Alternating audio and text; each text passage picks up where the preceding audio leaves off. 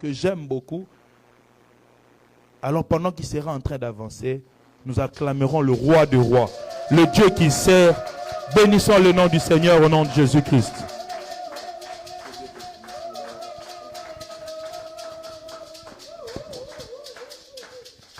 Est-ce qu'on peut bien acclamer le Seigneur?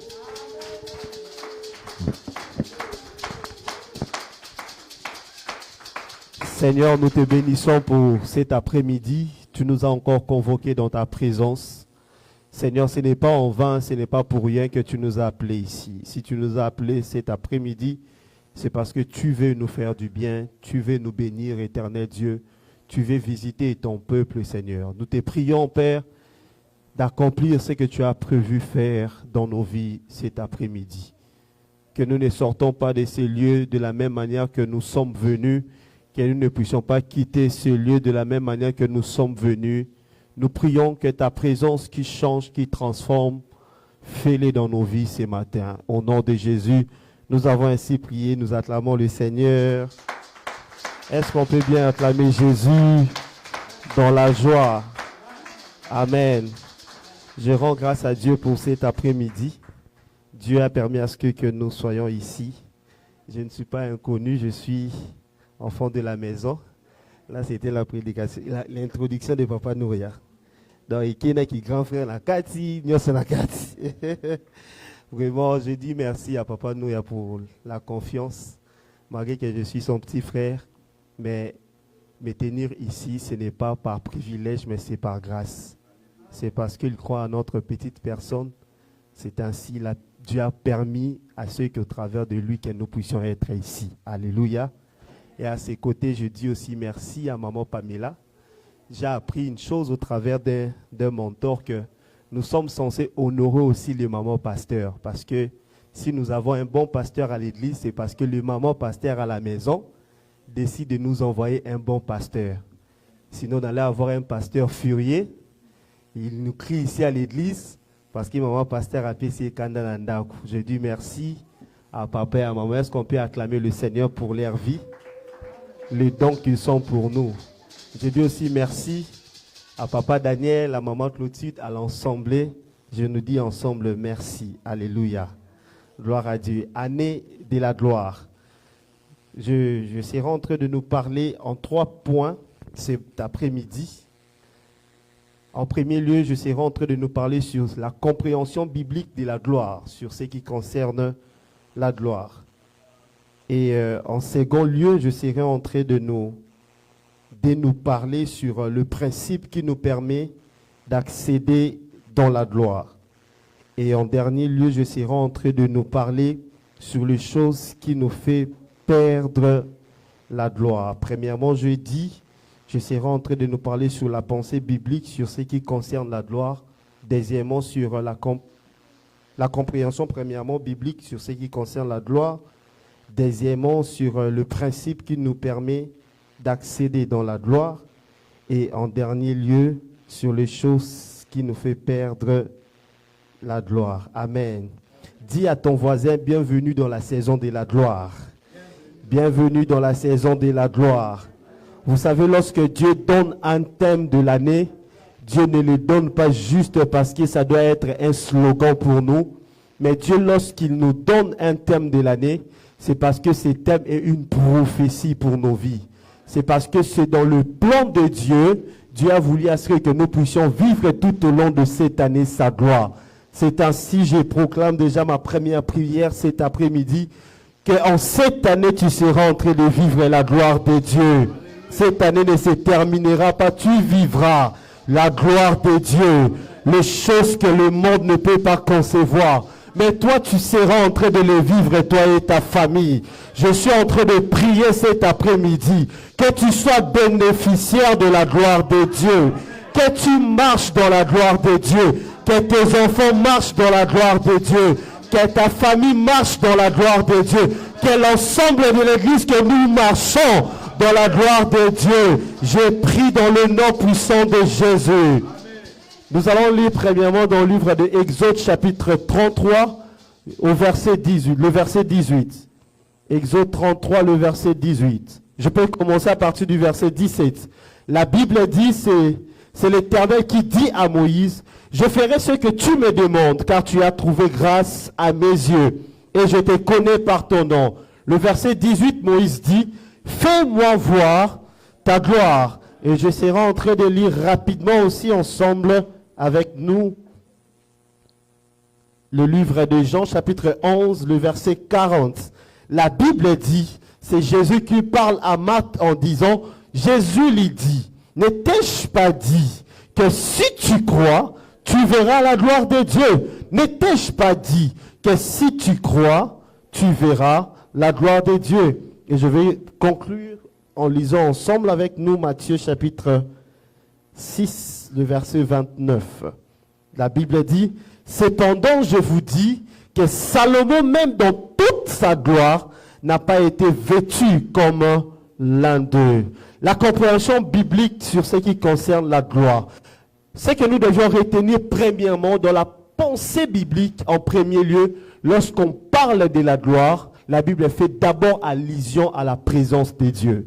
Lorsque nous parlons de la gloire, en premier lieu, dans la parole de Dieu, la gloire est égale d'abord à la personne directe du Seigneur, à la présence majestueuse de notre Dieu, à la présence directe de notre Seigneur.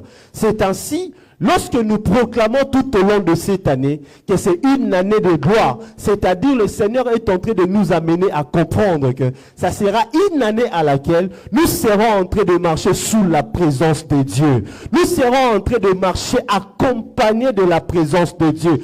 Lorsque nous proclamons que c'est une année de gloire, parce que la gloire est en train de faire référence à la présence de Dieu, c'est-à-dire que ça sera une année à laquelle nous marcherons sous la présence de Dieu. Et lorsque nous sommes un peuple qui marche accompagné de la présence de Dieu, peu importe le nombre des adversaires qui pourront se présenter au-devant de nous, ils ne pourront rien, parce que la présence de Dieu qui sera en train de nous accompagner va rassurer notre sécurité. En fait, ce que je suis en train de dire à quelqu'un cet après-midi, que tout au long de cette année, peu importe le degré du combat contre ta vie, le diable ne pourra rien, parce que la présence de Dieu sera en train de marcher ensemble avec toi.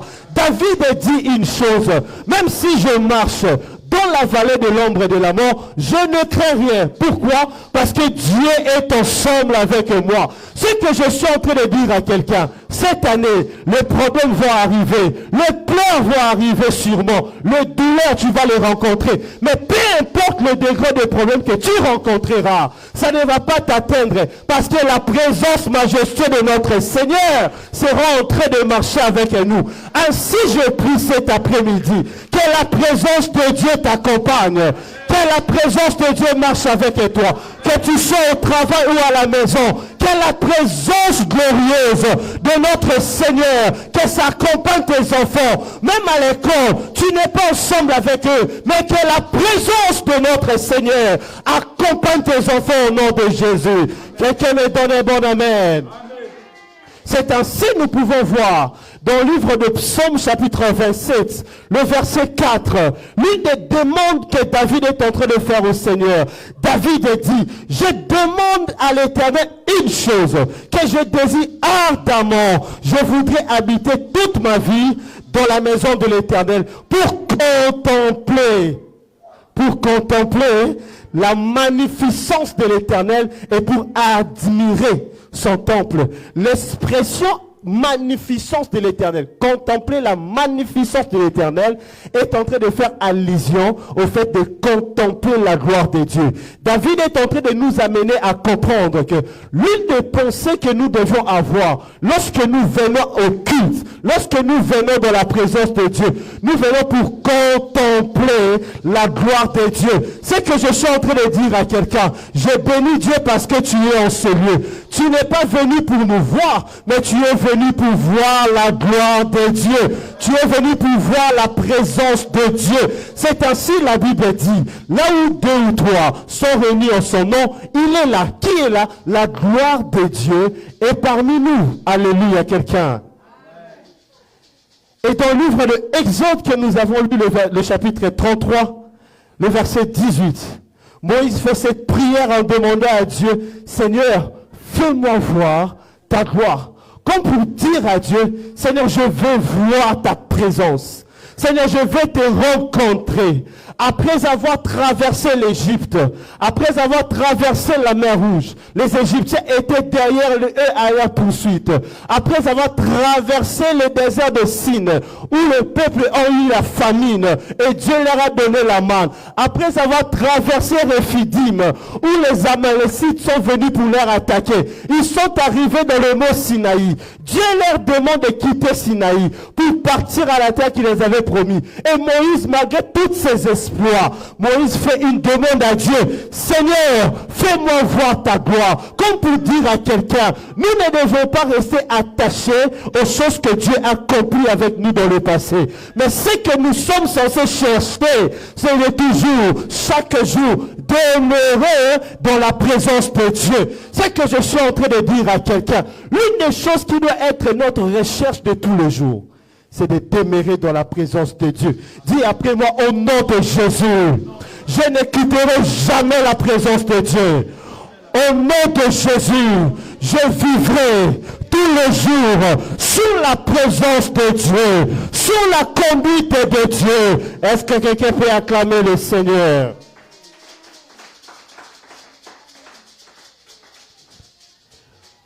D'où la gloire de Dieu, lorsqu'on parle de la gloire est en train de nous renvoyer à la présence de Dieu.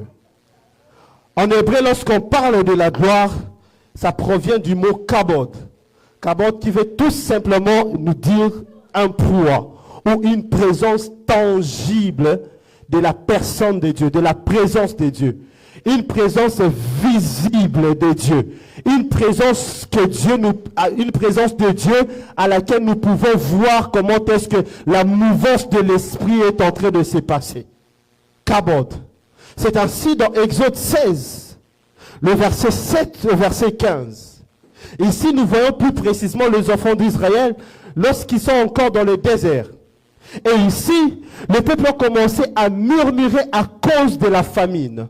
Lorsqu'ils ont commencé à murmurer à cause de la famine, ils ont commencé même à parler contre Moïse, ils ont commencé à murmurer contre Aaron et Moïse, et Dieu leur a apparu sous une forme d'une colonne de nuée.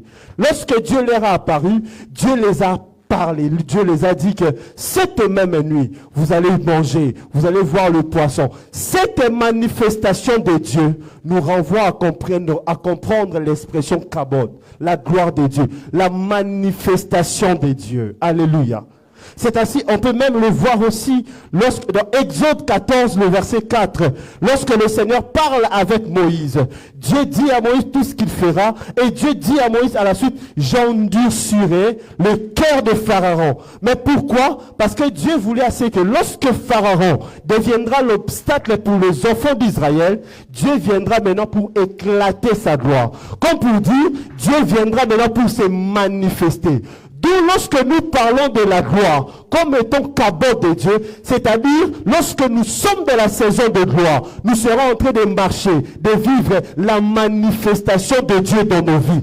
Dieu ne sera pas seulement comme étant un Dieu inaperçu devant de nous, mais Dieu sera en train de se montrer, de se manifester face à nos problèmes. Dieu sera en train de se faire voir face à nos défis. Dieu sera en train de se manifester. De la même manière que kabod nous amène à comprendre la gloire comme étant la manifestation tangible de Dieu. C'est ainsi, dans une saison de gloire, nous serons en train de voir Dieu se manifester dans nos vies. Je ne sais pas moi, quand tu viens à l'église, dans quel état tu viens, mais sache-le que tu ne sortiras pas de la même manière parce que nous allons vivre les kabods de Dieu. Dans ta famille, tu vas vivre les kabods de Dieu, la manifestation physique de Dieu. Alléluia. En grec, lorsqu'on parle de la gloire, dans l'expression grecque, ça nous renvoie à doxa. Doxa qui veut tout simplement nous amener à comprendre ces rayonnants, le fait d'être éclaté, rayonnant, avoir de la lumière venant de la personne de Dieu. C'est-à-dire, lorsque nous sommes sous la gloire, Dieu vient pour apporter le rayonnement, l'éclat dans nos vies. Donc c'est-à-dire, si j'étais dans les ténèbres, mes projets étaient dans le noir, sous la gloire de Dieu, dans la dimension de Doxa, Dieu vient apporter sa lumière sur nos vies. Dieu vient apporter ses éclats sur nos vies, dans nos projets, alors que ça n'évoluait pas, alors que c'était difficile, sous la saison de la gloire de Dieu. Dieu vient apporter comme sa lumière sur nos vies. C'est ainsi que je suis en train de dire à quelqu'un, même face aux questions à laquelle tu te poses, où tu manques de réponse, mais cette année, sur la gloire de Dieu, dans la dimension de Doxa, Dieu va apporter sa lumière, Dieu va nous éclairer, Dieu va illuminer nos yeux, afin que nous puissions voir clairement. Alléluia. C'est comme ça on peut voir dans Luc chapitre 2, à partir du verset 7 jusqu'au verset 11. Luc chapitre 2, à partir du verset 7 jusqu'au verset 11. Ici, c'est lors de la naissance de Jésus. Les anges sont venus voir le berger, le mage, afin de leur annoncer que Jésus était né. Le mage n'était pas informé de la venue, de la naissance de Jésus. Mais lorsque les anges sont venus, la Bible nous dit qu'ils ont resplendi leur gloire. Cette expression-là nous conduit à comprendre l'expression doxa. Donc pour dire, ils étaient ignorants d'une chose, mais lorsque la gloire de Dieu s'est répandue sur eux, Dieu leur a apporté une connaissance qu'il manquait. Cette année, je prie dans le nom de Jésus. Rien ne va nous surprendre parce que la gloire de Dieu sera en train de nous informer de toutes choses. Le diable ne va pas te surprendre en attaquant ta famille, en détruisant la vie de tes enfants, en détruisant ton mariage, en détruisant tes projets. Parce que la gloire de Dieu, comme un doxa, viendra pour nous éclairer, viendra pour nous donner l'éclat, viendra pour nous donner la lumière. Et le diable, malgré que la Bible dit, il rôde tout autour de nous, comme un lion rugissant, cherchant qui dévorer. Il ne pourra rien, parce que la gloire de Dieu sera en train de nous éclairer. Je prie au nom de Jésus que nous vivons la gloire de Dieu. Que Dieu puisse illuminer nos vies. Que Dieu puisse nous éclairer. Que tout ce qui s'est retrouvé dans le noir, qu'en daté de cet après-midi, que Dieu éclaire ta vie au nom de Jésus. Que Dieu apporte sa lumière sur ta vie au nom de Jésus. La deuxième pensée biblique, lorsqu'on parle de la gloire, la deuxième pensée biblique, lorsqu'on parle de la gloire. Matthieu chapitre 6, le verset 29 où nous venons de lire. La Bible dit, cependant je vous dis que Salomon même dans toute sa gloire, l'expression qui m'intéresse ici, c'est lorsque le Seigneur dit Salomon même dans toute sa gloire n'a pas été vêtu comme l'un d'eux. Je me suis posé la question, lorsque la Bible ici dans ces textes parle de Salomon même dans toute sa gloire, la Bible fait référence à quoi exactement? Lorsque nous voyons ici dans ces textes, le Seigneur dit, prends Salomon comme référence, en disant, Salomon même dans toute sa gloire, il n'a pas été vêtu comme nous. De quoi il s'agit? La Bible est en train de faire référence de quoi?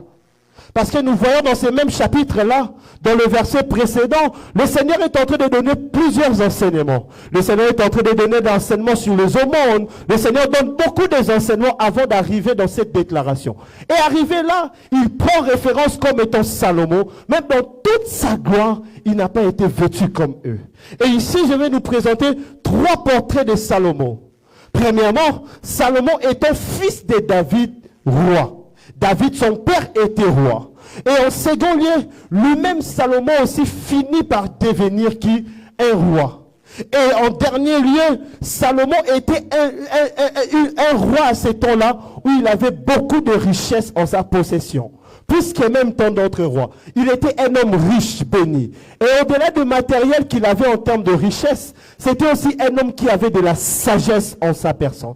D'où, par cette petite portrait de la personne de Salomon, nous pouvons comprendre lorsque le Seigneur dit ici que même Salomon, dans toute sa gloire, cette expression-là est en train de nous amener à comprendre que lorsqu'il disait, même Salomon dans toute sa gloire, c'est-à-dire même Salomon dans sa position élevée, même Salomon dans son autorité, même Salomon dans sa richesse, même Salomon dans son élévation, mais à la suite, il n'était pas vêtu comme eux. Ici, cela est en train de nous amener à comprendre la deuxième pensée biblique. Lorsque la Bible parle de la gloire, c'est-à-dire autrement, la Bible est en train de nous amener à comprendre la gloire, c'est cette position élevée que nous pouvons occuper. La gloire, c'est cette élévation que Dieu peut nous donner. La gloire, au-delà d'être la présence de Dieu, mais la gloire, c'est aussi la grandeur que Dieu peut donner à une personne. C'est ainsi ici, la Bible est en train de faire référence à Salomon en disant, même Salomon dans toute sa gloire, comme pour dire, même Salomon dans son élévation, dans sa grandeur, dans son autorité, dans sa puissance.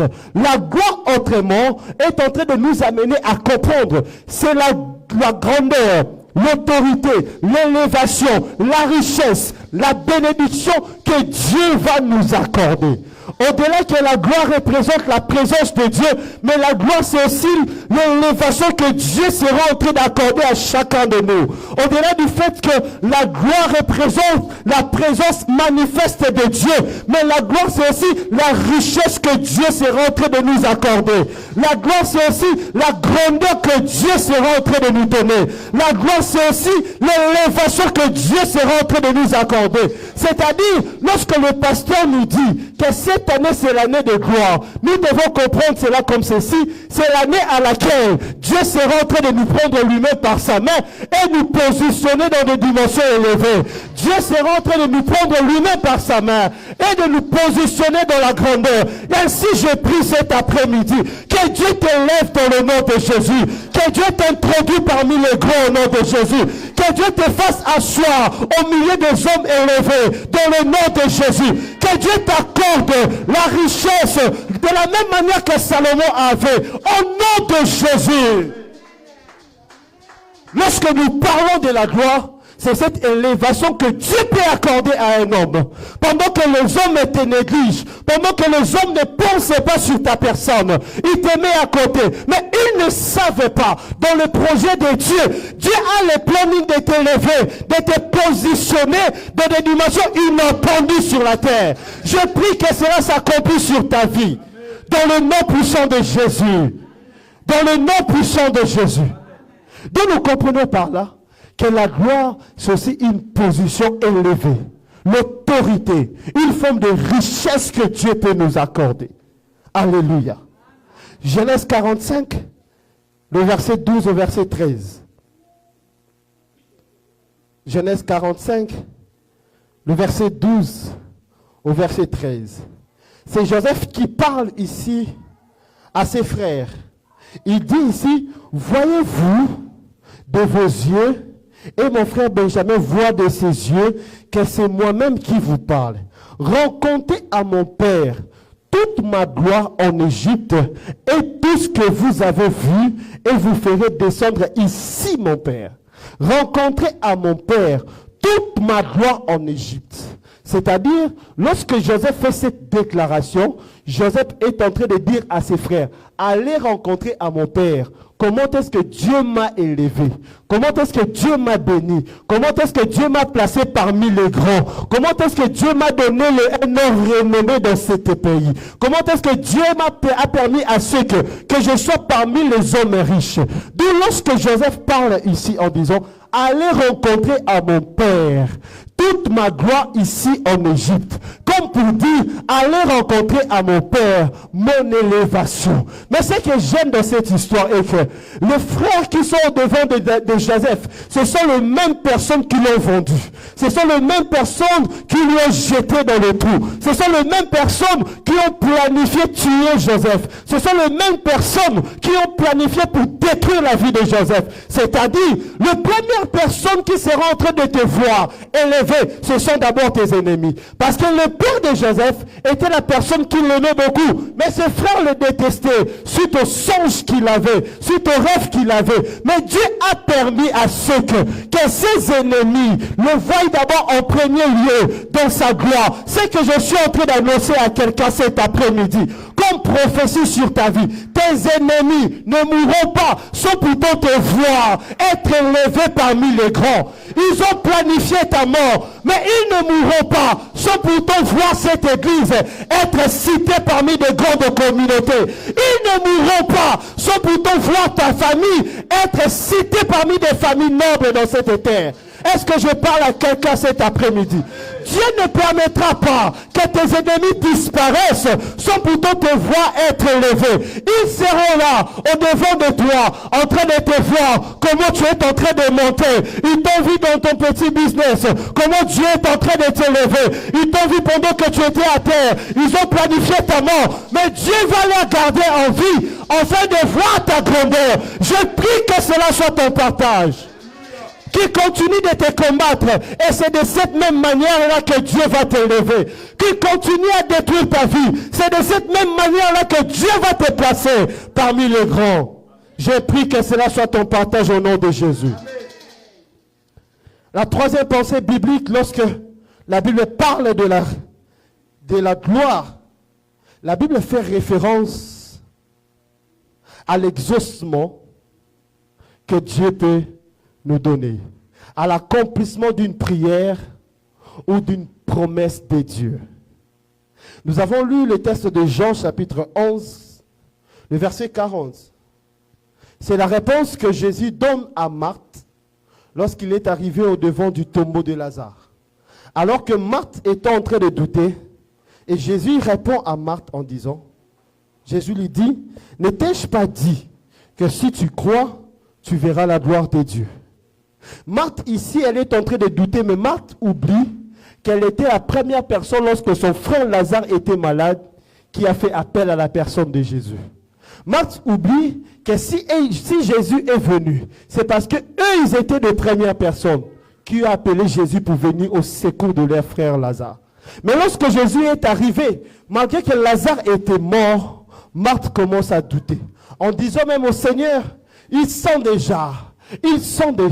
Mais lorsque Jésus dit, ne t'ai-je pas dit, si tu crois, tu verras la gloire de Dieu. Comme pour dire à Marthe, lorsque tu crois, Dieu sera en train d'accomplir à ton vœu, à tes désirs, à tes besoins, à tes prières. Ce qui nous amène à comprendre, lorsque nous parlons de la gloire, au-delà d'être la présence de Dieu, au-delà d'être l'élévation que Dieu peut nous donner, la gloire c'est aussi l'exaucement à nos prières, la réponse à nos besoins, l'exaucement à ce que nous désirons avoir. Ce qui nous amène à comprendre que cette année, l'année de la gloire, c'est l'année à laquelle nous serons en train de vivre le résultat de nos prières. Il y a un temps où nous sommes censés prier, mais il y a un temps où nous sommes censés toucher au résultat de nos prières. Il y a un temps où on doit gêner, mais il y a un temps où nos jeûnes doivent donner des résultats. C'est ainsi que je prie cet après-midi, dans la saison de la gloire à laquelle nous sommes, que nous puissions palper, toucher aux résultats, aux réponses de nos prières. Même cette prière que tu as fait en secret, que les hommes ne savaient pas, cette prière que tu fais dans ta chambre, là où les hommes ne te voient pas comme pendant que tu pleures, Dieu sera en train d'exaucer cela dans le nom de Jésus. C'est que j'aime avec Dieu, même lorsque nous prions en secret, pendant que les gens ne savaient pas, mais l'exaucement de Dieu dans la prière ne vient pas en secret. Dieu l'accorde toujours en public. C'est-à-dire, ce qui te fait pleurer en secret, Dieu va t'accorder des résultats qui seront à la vie des gens à qui je suis en train de parler cet après-midi. Un homme et une femme qui croient à l'accomplissement de ses prières peut donner gloire à Dieu par ses acclamations.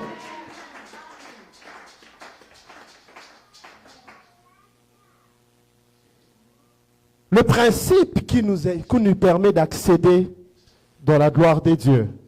En première position, je nous ai parlé de la pensée biblique de la gloire. Premièrement, ça nous renvoie à la présence de Dieu. Deuxièmement, ça nous permet, c'est l'élévation, la grandeur que Dieu donne Troisièmement, la gloire de Dieu dans la pensée biblique, c'est l'exaucement, l'accomplissement de nos prières. Et dans mon deuxième point, comme je nous avais donné au début, je vais nous parler ici de principe qui nous permet d'accéder dans la gloire. Parce qu'il est important que nous sachions une chose, et que le monde à laquelle nous sommes, c'est un monde qui est régi de principes. Toute chose que nous pouvons vouloir toucher, il y a un principe à laquelle nous sommes censés nous soumettre pour pouvoir toucher à la chose. Le monde est régi de principes. Et même pour accéder dans la gloire, il y a de ces principes à laquelle nous sommes censés respecter, nous sommes censés honorer, nous sommes censés faire pour que nous puissions toucher à la gloire de Dieu. Luc chapitre 15, le verset 11 au verset 20.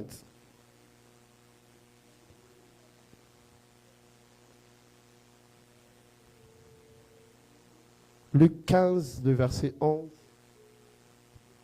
au verset 20.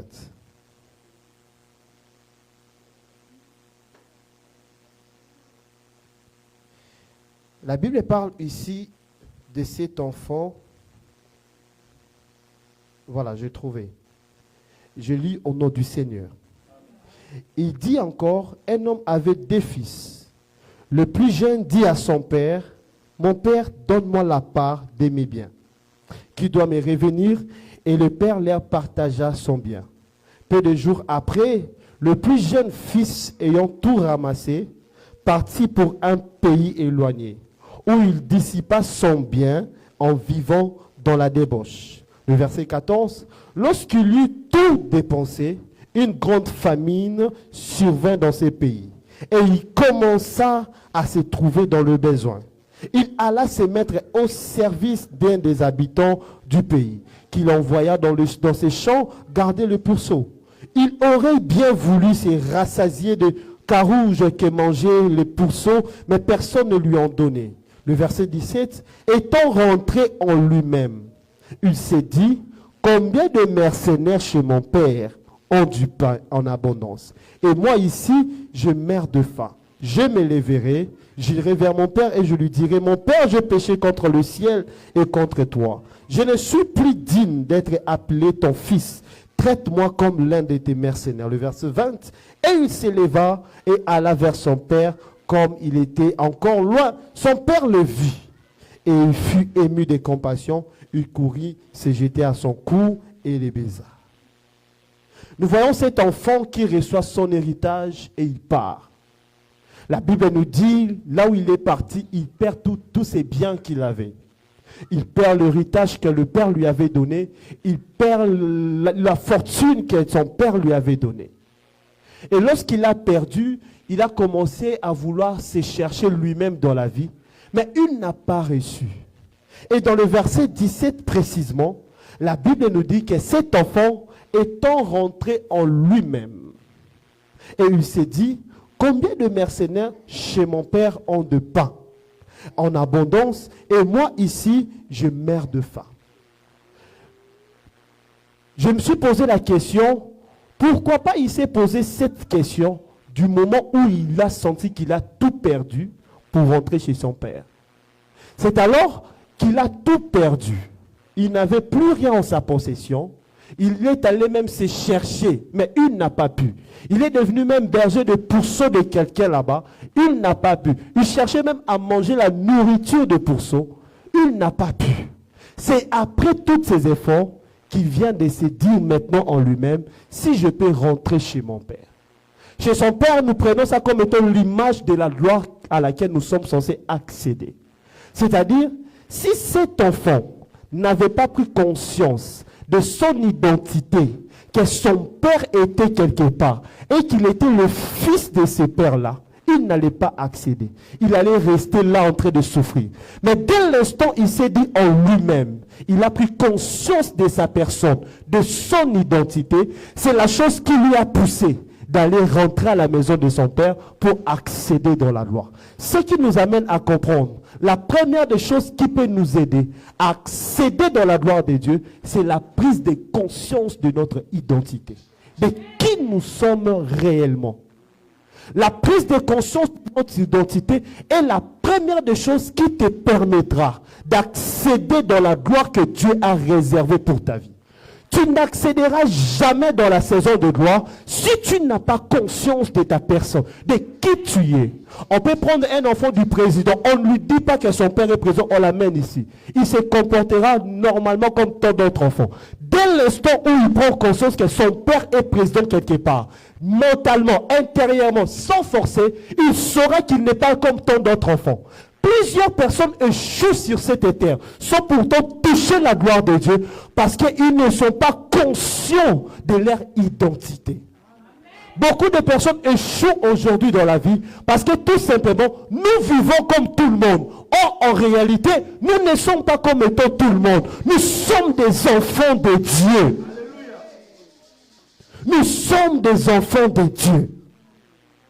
La connaissance de notre identité nous permettra de pouvoir accéder à la gloire de Dieu. Parce que lorsque tu es conscient de ton identité, tu connaîtras ce qui est tes droits, tu connaîtras ce à quoi ton Père est censé faire sur ta vie. Et il y a d'autres choses que tu ne forceras pas. Parce que tu sais que c'est mon devoir, étant qu'enfant de Dieu, je dois avoir ça. Dieu doit m'accorder ça. Parce que c'est dans mon identité. Je suis en train de prier Dieu ce soir, qu'en sortant de ces lieux, que tu ne te vois plus comme étant toute personne normale, parce que tu es enfant de Dieu. Tu n'es pas n'importe qui. Tu n'es pas n'importe qui. Tu es un enfant de Dieu. La crise de notre identité nous amène à échouer dans la vie. La crise de notre identité nous amène à échouer dans la vie. Je vais relire ensemble avec nous Psaume chapitre 42. Le verset 6 au verset 7. Psaume 42, le verset 6. Psaume 82, le verset 6, le verset 7. La Bible dit, j'avais dit, vous êtes des dieux, vous êtes tous des fils du Très-Haut. Cependant, vous mourrez comme des hommes, vous tombez comme un prince quelconque. Je vous avais dit que vous êtes des dieux, vous êtes des fils du Très-Haut. Mais bizarrement, on meurt comme toute personne normale. Or, en réalité, notre première identité, nous sommes tout d'abord des dieux. Et ensuite, nous sommes des enfants du Très-Haut. La Bible est très claire à ce sujet. Et même le livre de Genèse nous amène à comprendre. Lorsque Dieu prend la décision de créer l'homme, Dieu dit quoi? Faisons l'homme à notre image. C'est-à-dire, faisons l'homme à notre ressemblance. Donc, sur cette terre, nous ne sommes pas censés mourir comme étant tout le monde. Nous ne sommes pas censés rencontrer le même défi comme étant tout le monde. Parce qu'au préalable, d'abord, nous sommes des dieux. Et ensuite, nous sommes des fils du Très-Haut. Est-ce que je parle à quelqu'un? Et l'avantage pour nous d'être d'abord un Dieu, c'est dans 4 choses. Premièrement, un Dieu a la possibilité de créer, de donner en existence les choses qui n'existaient pas. La deuxième des choses, un Dieu a la possibilité d'appeler les choses et d'arriver. Nous voyons Dieu dans le livre de Genèse en train de créer, et Dieu, après avoir créé, Dieu a appelé d'autres choses à venir en existence. La troisième des choses, un Dieu a la possibilité de séparer des choses. Là où tu sens que les choses ne marchent pas, en toi tu as la possibilité de séparer les choses et puis de voir le changement. Et en dernier lieu, un Dieu a la possibilité de bénir sa propre vie. C'est ainsi que nous pouvons voir, lorsque Dieu a créé l'homme, Dieu a commencé à bénir la vie de l'homme. Parce qu'il était un Dieu. Et à la suite, nous voyons même Isaac devenu vieux, tendant vers la mort. Il appelle ses enfants comme un Dieu. Il commence à leur bénir. C'est ainsi cet après-midi, tu seras en train de bénir ta vie comme un Dieu. Tu seras en train d'appeler des choses en existence. Parce que tu es un Dieu. Des choses qui ne marchent pas, tu as la possibilité de les séparer Parce qu'en toi, tu as la divinité de Dieu. Un avantage d'être le fils du Très-Haut. La Bible dit dans Matthieu 6, le verset 8, je paraphrase. Car votre Père dans les cieux sait de quoi vous avez besoin, avant même que vous puissiez le lui demander. Sans pourtant toucher d'autres avantages, du pourquoi d'être fils du Très-Haut. Mais juste ça, le fait pour nous d'être enfants de Dieu, fils du Très-Haut, notre Père dans les cieux, sans même que nous puissions lui demander, connaît de quoi nous avons besoin. Nos besoins, Dieu les connaît. Tes besoins à toi, Dieu dans les cieux, il les connaît. Alléluia. Alléluia. Je vais aller vite pour clôturer. La deuxième des choses comme étant principe pour entrer dans une saison de gloire. Dis après moi, c'est le principe de l'honneur et du respect. Le principe de l'honneur et du respect. Il y a plusieurs textes que j'avais mis ici pour nous amener à comprendre le principe de l'honneur, mais on ne va pas tout lire. Je préfère lire juste ensemble avec nous.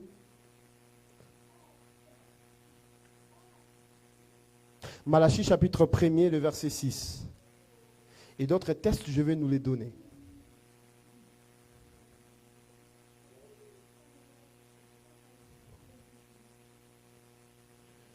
La Bible dit, un fils honore son père et un serviteur son maître. Si je suis père, où est l'honneur qui m'est dû? Si je suis maître, où est la crainte qu'on a de moi? Dit l'Éternel des armées, à vous sacrificateurs qui méprisez mon nom et qui dites, en quoi avons-nous méprisé ton nom? Le principe de l'honneur. De quoi il s'agit lorsque nous parlons de l'honneur? L'honneur fait référence au respect et à la considération que nous pouvons donner à une personne. Et si je dois énumérer rapidement, la Bible nous parle même que c'est tout le monde qui est censé, qui mérite avoir l'honneur. Mais de personnes bien capitales à laquelle nous sommes censés honorer. Et par cet honneur, ça peut nous être produit dans une saison de gloire. Premièrement, il y a Dieu. Deuxièmement, il y a nos parents. Troisièmement, ce sont nos responsables spirituels. Et en second lieu, on peut prendre aussi nos semblables, des personnes à nos côtés. Mais j'aimerais beaucoup plus me marteler, vu que nous sommes dans un contexte ecclésiastique sur les autorités spirituelles que Dieu place au-devant de nous. Nous sommes censés honorer ces personnes. Pourquoi? Parce que lorsque Dieu établit un homme au-devant de nous, lorsque Dieu établit une personne comme étant autorité spirituelle sur nous, peu importe comment est-ce que cette personne peut être, nous devons savoir la première des choses. Dieu a placé en cet homme la possibilité de parler sur nos vies et que les choses aussi changent et que nous soyons aussi bénis. Lorsque Dieu voit un homme et il le place au-devant de nous comme un Moïse, cet homme dans sa bouche détient la richesse que nous cherchons. Dans sa bouche, cet homme détient l'élévation que nous cherchons. Et pour accéder dans ces choses, nous sommes censés honorer ces personnes. Lorsque nous manquons l'honneur vis-à-vis des autorités que Dieu place au-devant de nous, peu importe le degré de prière qu'il peut faire sur nous, parce que nous n'avons pas l'honneur envers cette personne, nous n'accéderons jamais à la gloire de Dieu. Même s'il gêne comment pour nous, mais si nous n'avons pas l'honneur envers cette personne, l'honneur ne fait pas référence à l'idolâtrie. Ne fait pas référence à adorer la personne, non. Mais l'honneur, c'est le respect, la considération que nous sommes censés donner à cet homme que Dieu a placé devant de nous. Où nous reconnaissons en lui que Dieu lui a placé là pour qu'il soit la source de bénédictions sur nous. Lorsque nous avons cette conscience pure au-dedans de nous, c'est ainsi lorsque cette personne se tiendra pour parler sur nos vies, nous avons la facilité d'accéder dans une saison de gloire. Très souvent, l'histoire des talents, nous prenons ça dans un autre angle. Mais la personne auprès de qui on avait donné un talent qui n'a pas pu le multiplier, l'acte qu'il a posé là, c'est l'acte de déshonneur envers son maître. Parce qu'il n'a pas su respecter son maître. Et vous savez, la suite, c'est quoi? Lorsque celui qui avait 5 à multiplier, le maître a dit quoi? Bon et fidèle serviteur, entre dans la gloire. Le troisième, il dit, bon et serviteur fidèle, entre dans la gloire. Mais le dernier, parce qu'il a déshonoré le maître, on lui a arraché ce qu'il avait et on l'a chassé. Il n'a pas pu accéder dans la gloire. La gloire, pour accéder dans la gloire, nous sommes censés connaître le principe que Dieu a établi. C'est ainsi que nous pouvons voir même Isaac. Lorsqu'il appelle ses enfants, Isaac ne donne pas le bien, le matériel à ses enfants. Mais il parle sur la vie. Parce qu'il n'était pas que père physique. Mais c'est aussi une forme d'autorité que Dieu a établie sur la vie de ses enfants. Et par sa bouche, il avait la possibilité de parler. Et que les choses aussi arrivent. Mais pour que ça arrive et que ces paroles aient de l'efficacité dans nos vies, nous sommes censés honorer cette personne dans sa juste valeur. Il peut y avoir de faiblesses comment? Mais l'honneur que nous accordons vis-à-vis de cette personne nous fera en sorte que ces paroles soient comme une forme de transport pour nous amener vers une saison glorieuse que nous attendons de la part de Dieu. Est-ce que vous savez, même l'accès à la terre promise pour les enfants d'Israël dépendait de Moïse. Si Moïse ne parlait pas sur ces peuples, ils allaient demeurer là, en Égypte. Nous voyons même lorsqu'ils étaient dans le désert, ils ont commencé même à se lamenter pour rentrer en Égypte. Mais parce que Moïse en lui, il avait la possibilité de parler et de continuer à avancer avec eux. C'est ainsi que nous sommes censés honorer des gens que Dieu place au-devant de nous. L'honneur que nous donnons à ces personnes-là fera en sorte que nous puissions accéder dans la saison de gloire. Alléluia. Je ne saurais pas aller plus loin faute de temps, mais je vais m'arrêter à ces derniers points. Je crois que Dieu nous fera grâce prochainement de parler sur les choses qui peuvent nous faire perdre la gloire de Dieu. Je vais m'arrêter sur ces troisième principe pour accéder dans la gloire de Dieu. 2 minutes de plus? Ah, merci papa. On peut acclamer le Seigneur. Hein?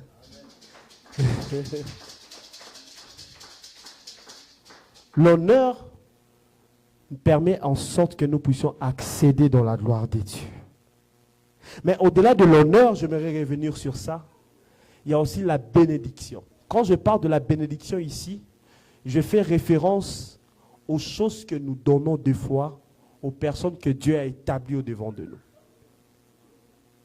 Lorsque Isaac a eu à cœur de bénir ses enfants, Isaac appelle Ésaü en lui disant, « J'aimerais te bénir, mais premièrement, va me faire un mets, la nourriture comme j'aime. Apporte-le que ça touche mon cœur et je vais te bénir. » Je nous ai parlé de Dieu qui peut être une source pour nous introduire. L'honneur qu'on donne à Dieu, ça peut nous introduire dans la saison de gloire.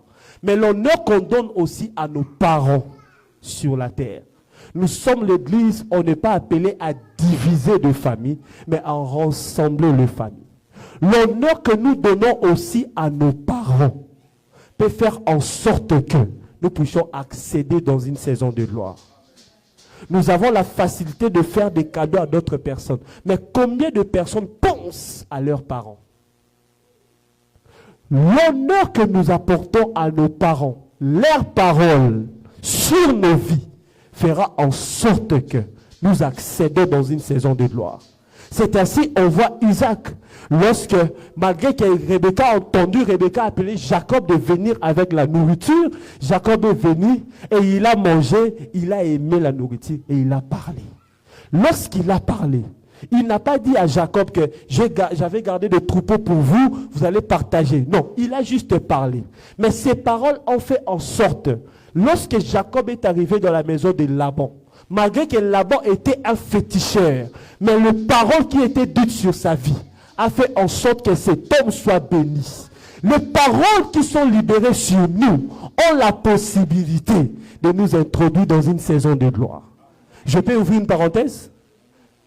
La mère a appelé Jacob d'amener la nourriture. Jacob a amené la nourriture. Ésaü est venu se plaindre. Le père lui dit, j'ai béni déjà Ésaü, j'ai béni déjà Jacob, et toi tu n'as pas la bénédiction.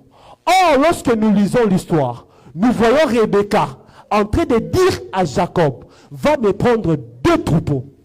Rebecca n'a pas demandé à Jacob d'aller lui prendre un seul troupeau, mais de prendre 2 troupeaux, tout en sachant qu'elle n'a pas qu'un enfant comme Jacob, elle avait aussi Ésaü. D'où lorsque le père était en train de manger, il ne mangeait pas que la nourriture pour bénir Jacob, il mangeait aussi la nourriture pour bénir Ésaü. C'est ainsi même plus loin. Lorsque le père bénit, il dit, j'attends la voix de Jacob, mais quand je touche, je sens que c'est Ésaü. D'où même si Ésaü n'était pas là présentement, mais lorsque le père parlait, ça descendait aussi sur Ésaü. C'est ainsi, on voit plus loin. Lorsque Ésaü vient rencontrer Jacob, il lui dit, je suis dans l'abondance. Mais la question est de savoir, Ésaü, où as-tu reçu cette abondance? Parce que les paroles du Père libérées sur la vie de Jacob est descendu aussi sur la vie d'Ésaü. Ce que je suis en train de dire à quelqu'un, c'est ceci. Lorsque nous honorons nos parents, les autorités que Dieu a placées devant de nous, et qu'ils libèrent des paroles sur nous, ça ne nous touche pas seulement. Même nos enfants sont bénéficiaires de ces paroles. Même nos descendants, ceux qui viendront des générations 6 après toi, ils seront bénéficiaires des paroles qui sont dites sur ta vie. L'honneur nous fait accéder dans une saison de gloire. La troisième des choses comme principe, c'est le principe de la connexion. Dis après moi le principe de la connexion. Le principe de la connexion, c'est quoi? C'est le fait de s'attacher avec de bonnes personnes. Le fait de s'attacher avec de bonnes personnes. Il y a des choses que nous sommes censés comprendre que il y a d'autres luttes que nous pouvons avoir sur la terre parce que juste nous n'avons pas rencontré de personnes qu'il faut pour nous faire accéder dans une saison. De personnes portes qui peuvent permettre en sorte que nous puissions toucher à la gloire de Dieu. Ruth était moabite, maudite, issue d'une famille maudite. Mais l'attachement de Ruth avec Naomi a fait en sorte qu'elle quitte Moab pour aller à Bethléem. Et plus loin, qu'elle reçoit aussi un nouveau mari, Boaz. Parce qu'elle était attachée à une bonne personne. L'attachement, la connexion avec des personnes idéales va faire en sorte que nous puissions accéder dans une saison de gloire. Ainsi, je prie Dieu cet après-midi. Que Dieu te donne de bonnes rencontres au nom de Jésus. Je ne sais pas à qui je suis en train de parler, mais que Dieu te donne de bonnes connexions au nom de Jésus. Que tu rencontres des personnes qui seront la porte pour toi, en fait de t'amener dans l'élévation. Que tu rencontres de bonnes personnes qui seront des portes pour toi, pour t'introduire dans une saison de grandeur. Apocalypse chapitre 3, le verset 20. Je paraphrase. Dieu dit ici, je me tiens à la porte et je frappe. Celui qui attend ma voix ouvrira. Il se tient à la porte. C'est-à-dire, lorsqu'il frappe la porte, c'est la personne qui se trouve à l'intérieur qui est censée ouvrir la porte pour qu'il entre. Maintenant, prenons ce contexte comme étant nous. Nous sommes en train de vouloir accéder dans une saison de gloire. Mais avec quel type de personnes nous sommes censés nous connecter? Nous sommes censés nous connecter avec des personnes qui se trouvent déjà en train de vivre ce que nous cherchons. C'est-à-dire, c'est lui qui se trouve déjà dans la dimension, dans le niveau, là où tu es en train de chercher à arriver. Tu es censé chercher à te connecter avec ces personnes parce que c'est lui qui va t'attirer là où tu es pour t'amener là où il se trouve. Dans la vie, nous avons des types de personnes de précurseurs. C'est ça? De précurseurs. De personnes qui sont en train déjà de vivre ce que nous imaginons dans la tête. Rien n'est nouveau sur la terre. C'est que tu penses comme gloire pour vivre dans ta vie. Il y a des gens sur cette terre qui sont déjà en train de vivre cela. Et pour que tu accèdes dans cette dimension-là, tu es censé te connecter avec le même type de personnes. Là où tu penses arriver. Et ces personnes-là viendront pour te tirer. Si Papa Daniel va dehors et qu'on ferme la porte et qu'il toque, si moi je ne viens pas ouvrir, il ne pourra pas entrer. C'est-à-dire, la personne qui se trouve déjà ici doit aller pour lui ouvrir la porte et qu'il entre. Donc là où tu espères entrer là-bas, il y a quelqu'un qui se trouve déjà là à l'intérieur, qui doit t'ouvrir la porte pour que tu entres à l'intérieur. Ainsi je prie ce soir. Que Dieu te fasse rencontrer à de bonnes personnes. J'ai épuisé même 10 minutes. On va prier Dieu. Tu vas dire à Dieu, Seigneur, connecte-moi avec des personnes idéales dans ma vie. Connecte-moi